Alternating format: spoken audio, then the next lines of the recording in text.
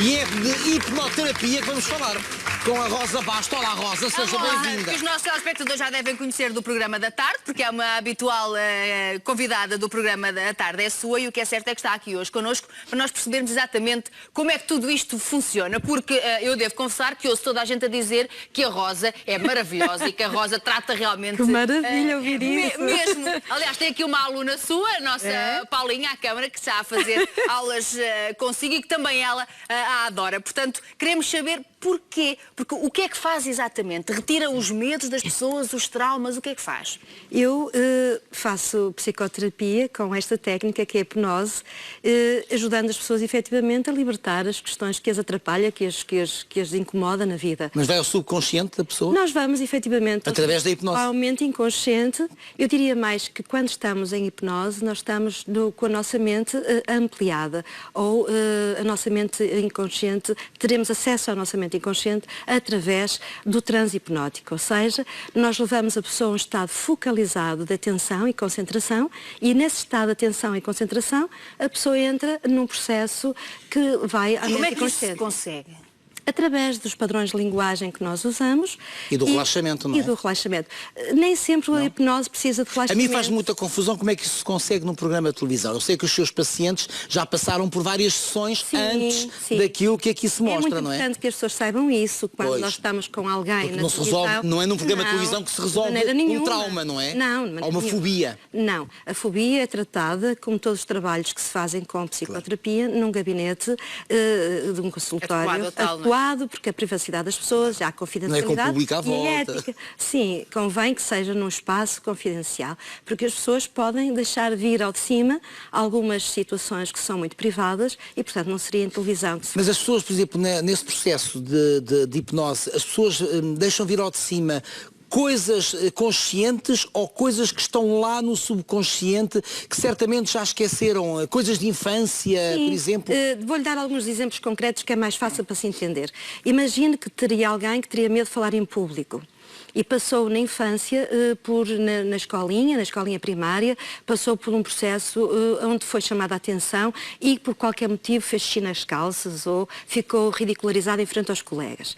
E esse episódio ficou gravado na mente dessa pessoa. Mesmo que a pessoa não se lembre dele ou não lhe dê pelo menos importância alguma. Sim, dá-lhe alguma importância, mas se calhar pensou que ultrapassou. Pois. O que é facto é que ao longo da vida nunca se expôs publicamente porque tinha medo de cair no ridículo. Mas nunca percebeu qual foi a importância do evento onde ele começou. Então, o que nós fazemos, quando a pessoa tem medo, por exemplo, de falar em público, é este o exemplo, nós vamos levar a pessoa a recuar na linha do tempo, através das nossas técnicas. Eu já explicarei o que é o estado de transe para vocês perceberem melhor isso. Então, nós levamos a pessoa ao momento mais traumático. Quando a pessoa está em transe, e a pessoa em transe pode estar num estado mais relaxado, físico e emocional, a razão crítica é posta de lado, então é mais permissível, ela se permite ir à emoção e ela pode ir buscar então um evento que tenha acontecido na infância. A pessoa recorda... E a terapia vai resolver isso. Vai resolver porque a pessoa recorda como se estivesse naquele momento. Vai entender porque é que afinal tinha medo de falar em público, é isso? Vai entender porque... Vai-se entender. Se o Manuel Luís gosta de perceber que nós temos medo daquilo que nós não compreendemos. Não é? Exatamente. Quando nós percebemos, nós esclarecemos, até o que nós fazemos é muito interessante. Nós resgatamos a criança, se foi na infância. Nós levamos a parte adulta, ou seja, a idade que temos agora, adultos, com capacidades, com habilidades, levamos lá atrás a perceber o que aconteceu com outros olhos. Ou seja, eu adulto olhar para a minha criança interior e perceber que aquele medo não é justificável para a idade que eu tenho atualmente, mas para aquela menininha pequenina. E fica resolvido. É como um ego estivesse ali preso no tempo. Preciso fazer um upgrade, digamos assim. Nós vamos ao caso da Maria João, porque a Maria João tinha fobia... É um medo que eu partilho. Ainda bem que fui para o Alentejo, não há cobras nenhumas no monte. A Maria João tinha fobia às cobras. Muito grande. Desde sempre? Desde pequenina, sim. E hoje já não tem? Não tenho. Bem, mas nós vamos recuperar a história justamente que nos foi partilhada no Tarde é Sua.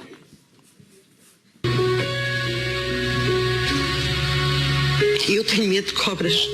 mas com 7, 8 anos foi quando comecei a ter mais consciência do medo. Tinha pesadelos de noite, acordava a gritar. A minha mãe vinha, tinha que destapar a cama para eu ver que não tinha bicho nenhum dentro da cama e nem por baixo, e aí sim eu voltava a descansar, mas era horrível. Aos 21 anos, na cidade do Cabo, eu ia para o meu trabalho, quando me deparei com um bicho de grande porte, pensava que era um tronco. Eu estava no hotel a passar férias. Eu todos os dias via o espetáculo noturno. Naquele dia, não sei por coincidência ou não reparei. Entretanto, entra o senhor para começar o espetáculo. Quando eu me apercebo que o senhor tira duas jiboias e coloca ao pescoço, eu salto completamente das cadeiras, perdi o óculos, perdi carteira, perdi tudo o que tinha. Fugi imediatamente do sítio onde estava. Entrei em pânico profundo. Algumas vezes já aconteceu ir no carro a conduzir e disse, passo por algum, já aconteceu, no Algarve, perto da minha casa, eu largo o volante, não consigo controlar o carro. A minha respiração fica descompassada, sinto frio, calor, picadas, tudo ao mesmo tempo, não consigo controlar, grito, fujo, transpiro, tenho frio, tudo ao mesmo tempo. É horrível.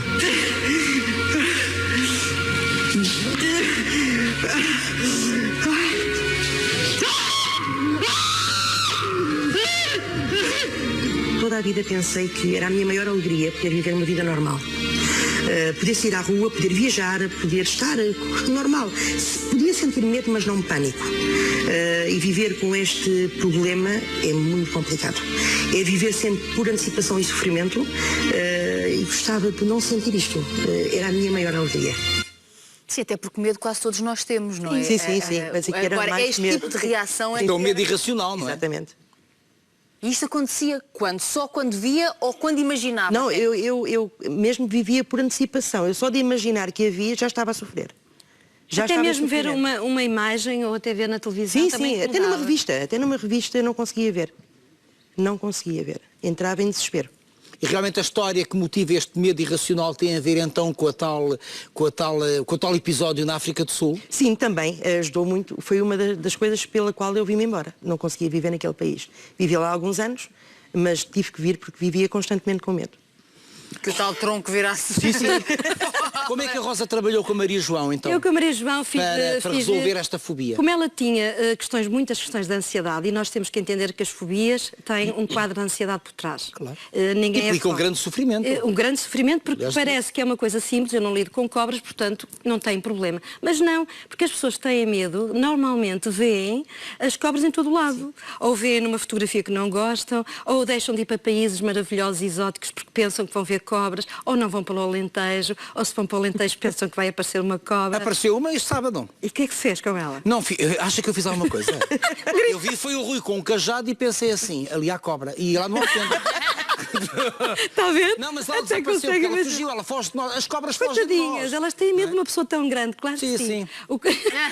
Agora, dali para a frente, o que eu fiz não vou contar, não é? Não conta, porque depois pode ir ao meu gabinete e eu trato disso. Mais alguma coisa debaixo das camas e tudo. Já estou a ficar com suor só de pensar nisso. Eu trato. Eu sei Tenho aqui a terapeuta à mão, aproveito. Ir ao tratamento. Bem, eu fiz com ela uma Quantas sessão. sessões levou a Maria João? Para a fobia em si, a fobia à cobra, foi numa sessão. Só que eu entendo sempre que trabalho uma fobia, nunca digo aos pacientes para fazerem só uma sessão, porque depois vai voltar outra fobia, porque vai deslocar aquele medo para outra fobia. Vai fazer uma transferência. Aquilo que eu pretendo sempre fazer é trabalhar a fobia naquela sessão, mas vamos trabalhar a ansiedade, a causa do medo. Eu levei... Sem querer invadir a privacidade e a intimidade da Maria João.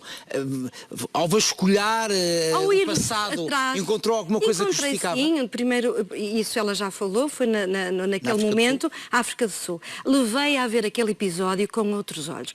Ela, quando estão em transe hipnótico, estão mais tranquilos, mais relaxados. Ao olhar para o evento, olha para o evento mais tranquila e consegue ver outra cena que não via antes. Em transe está-se consciente? Em transe está-se consciente, está-se com a consciência ampliada ou modificada. Ou seja, não está em vigília, no estado de vigília em beta, alerta, mas está num estado muito Mas tranquilo. consegue fazer isso com toda a gente? É porque nós temos a mania, por exemplo, que nós nunca ninguém nos conseguia pôr a verdade. Nós temos essa mania.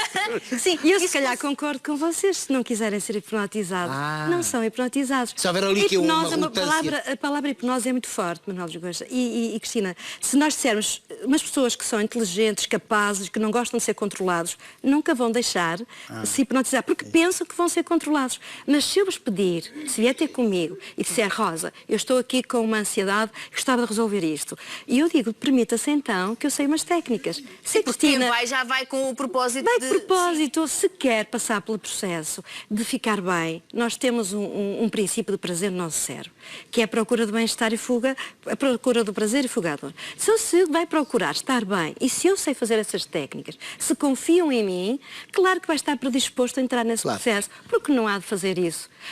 Nós Ninguém vai ter naturalmente... consigo para dizer, não me vais hipnotizar, não me vais Não, hipnotizar. se quiser fazer... Não sou controlado, não sou não controlado. vou entrar. Claro que aí não entra. Claro. E obviamente, a mim, se me quiserem hipnotizar, eu tenho que deixar. Claro. Porque senão ninguém me deixa. Eu não gosto que ninguém me controle. E a Maria João, hoje, olha, hoje é capaz... Já viu mais alguma vez Sim. cobras e Sim, tudo? a semana passada. A sério? E Agora anda com elas à volta. eu acho que você agora olha para as cobras e diz, que rico par de sapatos. Não me faz confusão. Isso é fantástico. É fantástico, não é? Não é? É simplesmente reprogramar a mente, é irmos ao nosso cérebro e percebermos qual a sua modalidade que está gravada. Ou seja, no momento que ela viu aquela cobra, ela viu uma coisa imensamente grande. Era grande realmente, mas ela ainda a viu maior. Se a cobra era desta grossura, ela viu desta. Portanto, viu aqui uma coisa assim muito enorme que ia comer. Então aquele susto foi de tal ordem que ela programou aquilo na mente dela, gravou aquilo. Então, o estado que ela ficou de medo também ficou gravado. O que é que eu faço? Quando vamos fazer um reset, uma desprogramação daquele momento. Então nós levamos a pessoa a trabalhar as submodalidades. E o que são as submodalidades? É a forma, o modo, como nós guardamos a informação através dos nossos sistemas representacionais. Através do que vemos, através do que ouvimos e do que sentimos. Fica tudo gravado, a nossa mente é inteligentíssima. Ao ficar gravado, vai generalizar esse estímulo para sempre que vê algo parecido. Basta uma fotografia. Há pessoas que têm medo só porque vêem na televisão ou até numa Sim, há aquelas brincadeiras de carnaval que a Sim, gente sabe que há é de pessoas que plástico e ficam mesmo em assim, pânico. Então o que nós vamos fazer é fazer um reset a isso e levar para lá uma nova informação no cérebro. Tenho que vos contar, pois eu passei o meu sábado à procura da cobra, não é? E então, quando eu entrei em casa, estava o Rui atrás da porta com um cinto assim. E eu...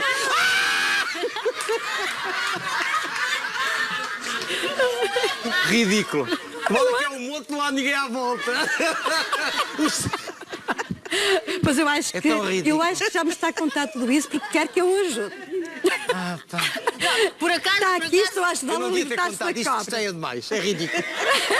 Com cintos à seguinte. Mas os fobias são ridículos. É um medo Estou a ficar irracional. com E as calor, pessoas sabe? que não têm tendem a desvalorizar as fobias Sim, que é pior, não é? dos outros, exatamente. Claro, uma pessoa tem tanto medo e o outro eu tenho diz, respeito se é pela ridículo, não tenhas medo, se não faz mal nenhum. Para quem tem medo faz. Eu quando tratei a das baratas, a senhora das baratas, ela tocava nas baratas no isso não tenho final medo nenhum. e ela tocou nas baratas no fim. Nós podemos perder uma fobia, mas depois não temos que amar baratas, nem temos que amar cobras, que aqui a nossa menina depois pegou na cobra. Eu e a Fátima vira a cabeça da cobra virou uma para lá. maluca de cobras. Ela ficou a beijar a cobra. Quando a cobra grande entrou, E era bem e eu dizia, afasta a cabeça. Eu não tenho fobia, mas não tenho que amar assim a cobra por perto. Mas ela era, Eu nunca amarei a cobra. não diga isso, Manuel Lisgoas, porque vem ter comigo, vai amar ainda bem que cobras. houve uma pela para ela. O caso do Nuno é completamente diferente. Muito diferente, Olá, Nuno, obviamente. seja bem-vindo. Bem-vindo. E muito mais complicado. complexo. O que é que o Nuno sentia? Bem, na altura, quando cheguei às Rosa. mãos da doutora, Sim. ou seja, foi também através da TVI, que isto passou a ser o primeiro, foi à tarde é sua, Sim. em que a doutora me ofereceu ajuda. E na altura estava num ponto perdido quase da minha vida. Eu vinha de muitas tentativas de suicídio, vinha numa fase em que estava, não tinha nada que me agarrasse ao mundo. Que idade é que tem? Estou quase a fazer 23, Portanto, na altura teria aí 20 anos. 20 sensivelmente. E já pensava em terminar com a vida. Sim, muitas vezes. Sentia-se sozinho. Sentia muito sozinho. Eu tinha vindo na altura da Suíça, vim cerca de 5, 6 dias antes de vir à tarde é sua, e tinha passado entre agosto e setembro, na altura, sei que foram cerca de 20 e tal tentativas de suicídio. 20 e tal? E desde mandei-me para baixo de um carro, tomei muitos medicamentos, numa Foi semana muito cheguei a grave. fazer 5 lavagens ao estômago. Mas o que é que sentia para não querer continuar a viver? Isto foi um acumular de situações. Eu tinha perdido há cerca de 3 anos o meu pai. Que, pronto, a relação era muito próxima? Na altura sim, na altura que perdi o meu pai. Sim. Pronto, foi um acontecimento muito importante na minha vida e do meu irmão. Nós vimos o nosso pai falecer. Ele, pronto, matou-se à nossa frente. E na altura, após isso, sempre disse que não queria ajuda. Dizia que estava bem, que estava emocionalmente bem. O que é que isto aconteceu? Que eu, após isso, agarrei muito a todas as pessoas que tinham à minha volta. E cada vez que eu perdia alguém, fazia com que eu me caísse cada vez mais. E isto foi um acumular de situações, até que cheguei a um ponto em que disse, se não estou aqui a fazer nada... E tentava mesmo. No dia a seguir acordava e tenho de tentar hoje novamente porque ontem não consegui. Isso é horrível. Há aqui para já um fator de grande dramatismo, que é ver o próprio pai, ele e o irmão, ver o pai a suicidar-se à frente deles. A história é conhecida e, portanto, ele contou a história na altura no programa. O pai estava alcoolizado, entrou em casa a disparar contra toda a gente e por ironia do destino, a bala fez ricochete e matou a ele. E o Nuno assistiu a todo esse episódio traumatizante. Mas mesmo assim ele amava o pai, porque era o pai dele. Ele, de fora do álcool, ele era o pai dele e era o pai que ele amava. Obviamente que depois disso ele deixou de ter referências, aquelas referências de um pai que ele admirava.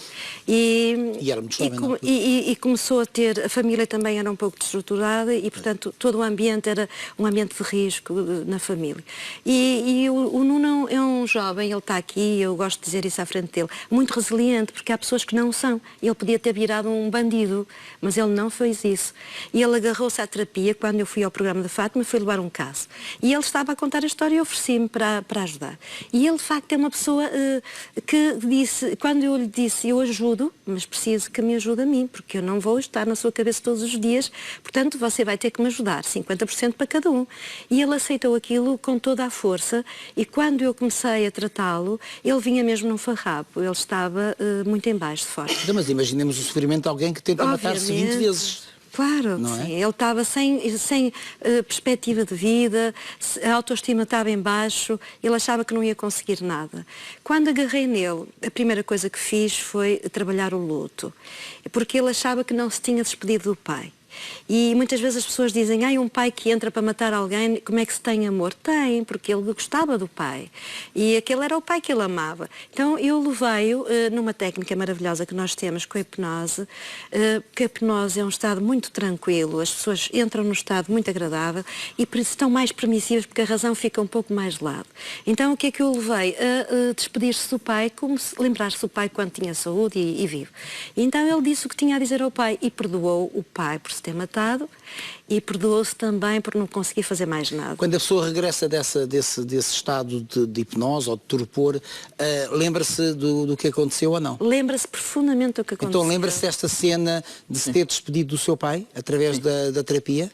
Lembro-me perfeitamente. Na altura, pronto, eu tive 2 perdas que foram muito importantes na minha vida. Perdi o meu avô, que era como um segundo pai para mim. Antes do pai ou depois? Antes do pai. Antes do pai. E depois acabei por perder, cerca de 4 anos depois, perdi também o meu pai. E eu lembro-me perfeitamente, na altura, a doutora, através da terapia, levou-me a que eu entregasse o meu pai ao meu avô. Foi muito agradável, porque no momento que ele fez os lutos. Ele fez os 2 lutos. Eu fiz com que ele percebesse que, eu não sei o que as pessoas acreditam, mas há de haver qualquer coisa mais. Eu não entro na filosofia de cada um. Deixo isso por conta da pessoa. Eu entro nas crenças de cada pessoa. Não estou a levar uma filosofia que seja minha. Para ele acreditava que havia algo mais. Então eu disse-lhe que quem é que ele poderia entregar o pai, visto que ele queria fazer esse perdão e esse trabalho. E ele disse ao meu avô, que também partiu. Então eu disse para ele se lembrar dos 2 enquanto eram vivos e com saúde e em pleno e que deixasse que o avô o levasse. E isso foi tão tranquilizador que ele ficou tão em paz, foi quase como se terminasse uma tarefa de homens para homens. Quando um paciente, quando um possível paciente chega até si, como é que a Rosa faz? Porque é assim, a Rosa toma contacto com a história naquele momento. parte logo para uma sessão, portanto é assim, que estratégia é que usa? Porque cada paciente é uma história, cada história é um caso, cada caso tem a sua função depois de lidar. A terapia que eu uso, Manuel Luís Goxa, é ericksoniana, é uma hipnose ericksoniana. Eu criei um modelo, um método de trabalho que se chama terapia diamante, porque tem outras técnicas envolventes, como a PNL e muitas outras, psicologia positiva e tantas outras. Mas, efetivamente, a hipnose é a ferramenta base, porque leva mais facilmente as pessoas a entrar num estado agradável. Porque é que eu vou perder tanto tempo? Mas depois é feita sobre medida. Porque cada pessoa, como disse muito bem, é única. Se vier ter comigo, vai-me contar a sua história e eu vou perceber como é a sua forma de sentir. E isso chama-se rapport. Se eu estiver consigo, simplesmente tenho um guião e vou-lhe aplicar uma técnica, não vai ser nada de especial. Portanto, não há guião? Não há guião. Há uma metodologia, é certo, mas depois nós temos que entrar sobre o mundo e a forma de sentir de cada pessoa. E essa pessoa vai-nos contando a sua história. Eu não tento nunca criar um mundo à minha maneira, mas vou através das suas crenças, algumas são limitantes, eu irei tirar essa questão limitante para lhe dar uma maneira de ver mais facilitadora para a vida. E foi o que eu fiz com ele. Mas cada pessoa é realmente uma pessoa. O processo não foi mais demorado? Muito mais demorado, com certeza, porque é uma história muito mais complicada. Com muitas coisinhas e tínhamos uma pessoa muito sofrida. Depois de eu analisar como é que o Nuno sentia, levei a fazer esse luto, trabalhei o luto, depois fiz-lhe ver aquilo que ele precisava ser trabalhado, que era a autoestima. Ele começar a acreditar nele. E ele é um jovem com muitas capacidades. Na altura julgava que não tinha. Eu costumo dizer na minha terapia, por isso chamo diamante, que os seres humanos são diamantes. Embora muitas vezes venham como pedras em bruto, claro, e não acreditam. Tem que ser lapidados. Tem que ser lapidados. Nós terapeutas fazemos isso. É uma metáfora. Mas acho que é bonita. E nós próprios temos que nos lapidar. E quanto mais queremos ser diamantes, temos que pedir ajuda. É isso? Deixar ser lapidado. Nuno, e agora, como é que é a sua vida? Neste momento... Não mais teve pensamentos negativos? Não. Pronto, no fundo tenho de agradecer e obviamente tenho uma gratidão para com a doutora, que eu sei que nunca vou conseguir pagar, porque toda a vida que eu tenho hoje, posso lhe garantir, também uma vida bastante boa, e a doutora foi o meu alicerce. A partir dali é que eu consegui crescer. Você agora conhece melhor também as suas limitações, você conhece-se melhor a partir de agora? Sim, eu hoje em dia já sei os meus limites, digamos. Sei quando é que estou melhor, quando não estou. Obviamente choro pelo meu pai. O dia de pai para mim é um dia horrível. Mas isso há de ser para toda a gente. A saudade não morre. Claro. Mas obviamente consigo. E tento ajudar as pessoas que passam pelo mesmo. Dar o meu exemplo, mostrar como eu já estive e como estou hoje. Atualmente tenho uma família, trabalho numa das melhores empresas do país, na Delta Cafés, que entrei logo após vir à TV. Nabeiro? É um grande senhor, que já tive o prazer também de conhecer bem pessoalmente. Bem dito, senhor, bem que eu posso dizer, sim. E olha, eu gostava de acrescentar, e digo, os médicos salvam vidas, a doutora resgata pessoas para a vida. Neste... Ele está a falar tão bonito. Ele é poeta. Ele escreve lindamente. Escreve poesia. Posso perguntar pela sua mãe, a sua mãe é uma figura importante na sua vida ou não? Sim, claro que sim. A minha mãe é uma pessoa, é uma peça fundamental. Como eu disse na última vez que vim cá. Tenho a minha mãe, tenho a minha avó. Vocês moravam juntos na altura, quando o seu pai fez aquilo? Não, os meus pais tinham separado há cerca de um ano. E era por isso, eu tinha tido uma relação... A separação também podia ser um problema não resolvido na sua cabeça. Isto foi um acumular de várias situações. Sim. Depois tive uma altura separada do meu pai. Tipo de luto. Voltei a viver com o meu pai. Vivia há cerca de um ano com o meu pai e foi que eu me agarrei imenso ao meu pai. Meu pai era o meu melhor amigo. Eu ia para a discoteca, o meu pai ia comigo. E para onde eu ia comigo. E de um momento para o outro, sem explicação, porque nós não tínhamos, ou se calhar não conseguia ver na altura, eu e o meu irmão, o porquê de eu fazer aquilo. Eu, obviamente, hoje não me pergunto, nem quero saber porquê, porque acho que é o melhor para nós todos. Mas, obviamente, o meu pai é o meu ídolo. O meu pai pode ter feito o que fez há uns anos, o meu pai será Foi apenas um episódio, para si. Sim. Sim. Mas é bom recordar o pai como um ídolo, como um herói, do que recordar o pai como uma pessoa má. Porque essas serão as referências para ele para toda a vida e para os filhos que ele há de ter também. As coisas más já passaram e o passado tem uma vantagem muito grande. Já passou.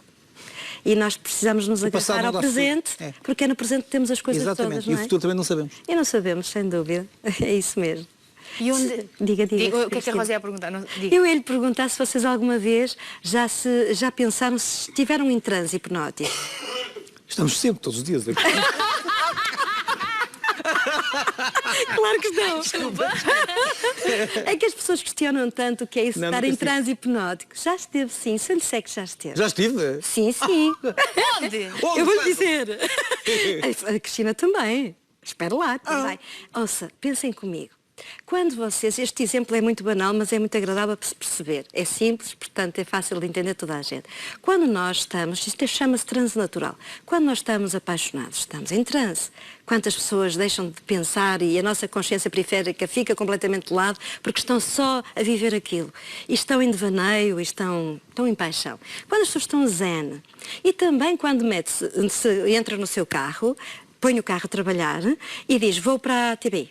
E vai a pensar em tudo e mais alguma coisa e o carro vem cá direitinho. Isso acontece ou não? Sim. Está em transe. Comigo, não. Não. Mas vem a pensar, olha, não me interessa, gosta de ler? Muito. Quando está a ler um livro e entra na história Sim, sim. apaixonadamente, que deixa de pensar em tudo ao vasto e está a viver, está a sentir os cheiros que o autor está a falar, está a vivenciar e a emoção. Isso é transe, natural. Agora, o que nós fazemos, terapeutas, veja lá como isto é tranquilo e tão simples, é pegar nesse estado que os seres humanos todos sabem fazer e aumentar, dilatar o tempo. Portanto, é uma coisa E usá-lo como terapia. Como terapia. Muito obrigada, Rosa. Muito obrigada a eu. Muito obrigado aos três. Obrigado, Rosa. Quem é? Sou eu, acho eu. Eu vou ver se sou eu.